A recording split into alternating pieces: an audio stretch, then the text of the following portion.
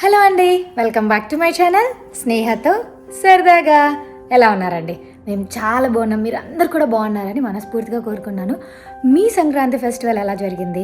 మా ఫెస్టివల్ అయితే చాలా హ్యాపీగా జరిగింది. మా ఫెస్టివల్కి మేము చేసిన కొన్ని సంబరాల్ని మీ అందరితో షేర్ చేసుకోవాలని ఈ వీడియో షూట్ చేశాను అనమాట. మరి మీకు ఈ వీడియో నచ్చినట్టయితే వెంటనే వెళ్ళి లైక్ చేసి, షేర్ చేసి, సబ్స్క్రైబ్ చేసుకోండి. Let's start the video. Sankranti అంటే నాకు గుర్తొచ్చేది నా చిన్నప్పటి రోజులు. అప్పుడు మాకేసిన భోగి పండ్లు. మా అమ్మాయికి కూడా ఆ మెమరీస్ అలా ఉంచాలని చెప్పి ఎవ్రీ ఇయర్ వేద్దాం అనుకున్నాను. లాస్ట్ ఇయర్ వేసాను అనమాట. ఈసారి మాత్రం తన ఫ్రెండ్స్తో పాటు కలిపి వేస్తే వాళ్ళు కూడా కొంచెం ఎక్సైటింగ్గా ఫీల్ అవుతారు కదా అని చెప్పి అలా గ్రూప్గా ప్లాన్ చేసాము. సో సంక్రాంతి థీమ్కి తగ్గట్టుగా ఏదైనా బ్యాక్ డెకర్ సెట్ చేద్దాం అనుకున్నాము. సరే, ఉన్న ఐటమ్స్తోనే ఏమి బెస్ట్గా సెట్ చేయొచ్చు అని చూస్తే మా దగ్గర ఉన్న ఈ yellow plain cloth and green colour ముగ్గు క్లాత్, రెడ్ కలర్ ముగ్గు క్లాత్, వీటన్నిటితో కలిసి ఓవరాల్గా సెట్ చేద్దామని ఫిక్స్ అయ్యి బ్యాక్లో ఫస్ట్ ఫుల్గా ఎల్లో క్లాత్ వేసేసి సెంటర్లో మాత్రం గ్రీన్ క్లాత్ పెట్టామన్నమాట. దాని మీద గార్లాండ్స్కి ఏంటంటే కింద కైట్స్ వచ్చినవి కొన్ని ఉన్నాయి అండ్ చిన్న పంజరాల్లాగా వచ్చినవి కొన్ని ఉన్నాయి. సో ఇవి ఓన్లీ టాప్లోనే ఉంటాయి అన్నమాట సైజు.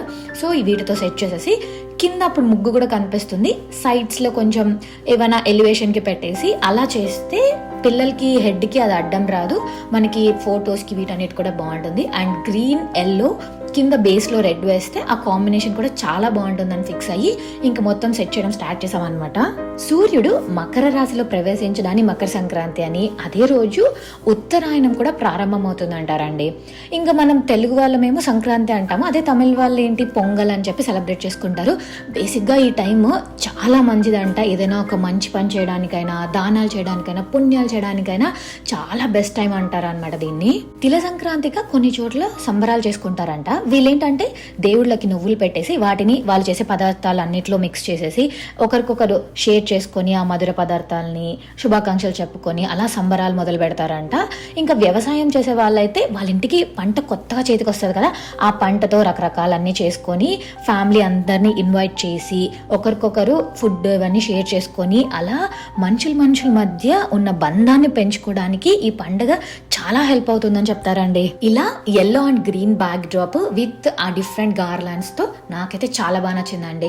ఇంకా సంక్రాంతి అంటే పొంగలి, ఆ పొంగలి కుండ, ఆ ఎఫెక్ట్ రావాలి కదా, దానికోసం మా ఇంట్లో ఉన్న ఒక పొంగలి కుండను పెట్టేసి దానికి ఈ షుగర్ కేన్స్ తీసుకొచ్చామన్నమాట, చిన్న సైజు. వాటిని ఇలా సెట్ చేసాము.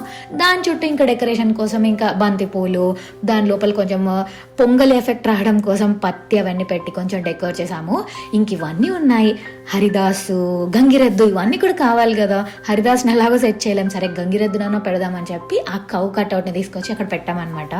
ఇంకోటి అడుగుదాం అనుకున్నాను, ఈ గార్లాండ్స్ ఇవన్నీ క్లాత్ కి ఫిక్స్ చేసేటప్పుడు నేను అయితే సేఫ్టీ పిన్స్ తో యాడ్ చేస్తానండి. సో మీరు ఎలా ట్రై చేస్తారు? ఏదైనా బెస్ట్ ఆప్షన్ ఉంటే ఖచ్చితంగా నాకు కామెంట్ చేయండి. యుఎస్కి వచ్చాక భోగి మంటలు చాలా మిస్ అయ్యామండి. లక్కీలీ మా ఫ్రెండ్ వాళ్ళు ఏం చేశారంటే ఇలా ఫైర్ పిట్ కొనుక్కొని వచ్చి ఇలా ఫైర్ స్టార్టర్ పెట్టేసి దాని మీద కట్టెలు పెట్టేసి భోగి మంటలు వేసారనమాట. లాస్ట్ వీక్ ఇక్కడ మాకు స్నో పడినింది. సో కింద స్నో లేయర్ కూడా అలాగే ఉంది, కిందేమో స్నో, పైనేమో భోగి మంటలు. చాలా బాగా అనిపించింది మాకు. సంక్రాంతికి ఒక రోజు ముందు మనం భోగితో మన పండుగ మొదలు పెడతాం కదా. భోగి అంటే భోగ భాగ్యాలను అనుభవించడము. ఎందుకంటే మనకు కొత్త పంట చేతికి వస్తుంది కదా, దాన్ని మనం అందరం ఎంజాయ్ చేస్తాం కదా, అందుకే అలా అంటారు. పొద్దునే సూర్యోదయానికి ముందు నిద్ర లేచి అభ్యంగన స్నానం చేసి ప్రతి ఇంటి ముందు భోగి మంటలు వేసుకుంటారనమాట. దీంట్లో విశిష్టత ఏంటంటే పాతదనాన్ని స్వస్తి చెప్పి కొత్తదనాన్ని వెల్కమ్ చెప్పడం అనమాట. అప్పట్లో ఏంటంటే పాత బట్టలు, పాత వస్తువులు, పిడికలు ఇవన్నీ వేస్తే అరిష్టాలన్నీ తొలగిపోతాయని చెప్పి ఒక నమ్మకము. భోగి అనగానే పిల్లలకు పేరెంటం చేసి వారి మీద పోసే రేగి పండ్లు మనకు గుర్తుకొస్తాయి.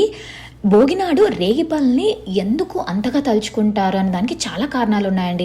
అందులో ఒకటేంటంటే మనకు రేగిపండు భారతదేశంలో ఉపఖండంలోనే ఆవిర్భవించిందనే ఒక నమ్మకం అనమాట. ఇంకొకటి పురాణాల్లో నరనారాయణులు ఈ బదరిక వృక్షం అంటే రేగి చెట్టు వద్ద ఆశ్రమాన్ని ఏర్పాటు చేసుకొని ఆ ఫలాలను తింటూ తమ తపస్సును కొనసాగించారని కూడా ప్రతీత అనమాట. ఇంకోటి తెలుసా, రేగి చెట్టు -50 degrees నుంచి 50 degrees వరకు క్లైమేట్ ఎలా ఉన్నా కూడా స్ట్రాంగ్ గా నిలబడగలదంట. అండ్ మనకి సంక్రాంతి టైంలోకి రేగి పండ్లు బాగా అవైలబుల్ ఉంటాయి కదా. ఈ పుల్లగా ఉండే రేగి పండ్లు తినడం వల్ల కూడా ఆరోగ్యానికి చాలా మంచిదంటండి. ఈ రేగిపళ్ళు తూర్పు దేశాలలో వాళ్ళ సాంప్రదాయ వైద్యంలో వాడతారంట అండి. జలుబు దగ్గర నుంచి సంతానలేమి వరకు ఇలా చాలా రోగాలకి దివ్య ఔషధంగా పనిచేస్తుందని వాళ్ళు నమ్ముతారంట. ఈ రేగిపండ్లు ఉన్న చోట క్రిమి కీటకాలు ఉండవని చెప్పి, అండ్ ఈ పండ్లు వాసన చూసినా కూడా మనసుకి చాలా ఆహ్లాదకరంగా ఉంటుందని నమ్మకం అనమాట. భూటాన్లో అయితే జస్ట్ వీటిని ఆ సువాసన కోసము ఇంట్లో బాయిల్ చేసేసుకొని పెట్టేవాళ్ళంట. ఈ రేగిపళ్ళతో పాటు బంతిపూల రెక్కల్ని వాడడం వల్ల పిల్లలకి చుట్టుపక్కల ఉండే క్రిములన్నీ మాయమైపోయి వాళ్ళకి స్కిన్ అలర్జీస్ రాకుండా కూడా చాలా హెల్ప్ అవుతుందంట.